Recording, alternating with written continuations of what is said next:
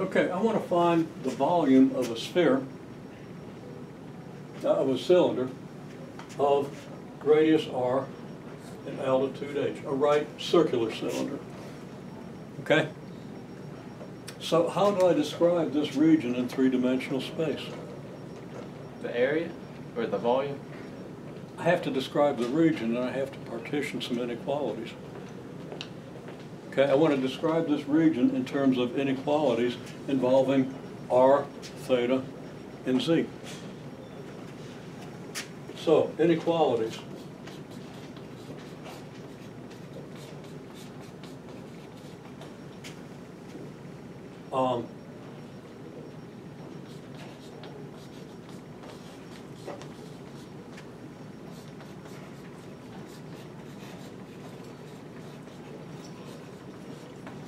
Inequalities in r, theta, and z that describe the rectangular region, or the cylindrical region. Well, what are your restrictions on z?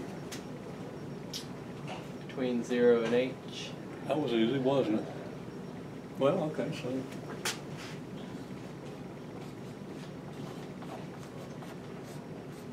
Very good. How about, I don't know, what do you want, r or theta? Theta. Okay, what are your restrictions on theta? 0 to 2 pi. Yeah. See how easy this is?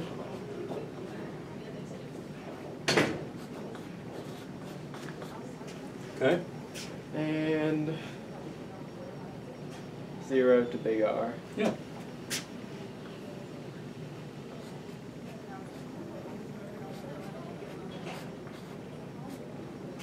Okay. Now, without doing partitions, I can tell you exactly what the integral is. And then we'll do partitions to prove it. Okay?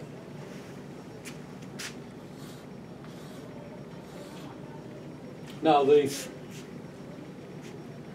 volume increment in spherical coordinates, or cylindrical coordinates, is r, dr, d theta, dz, right?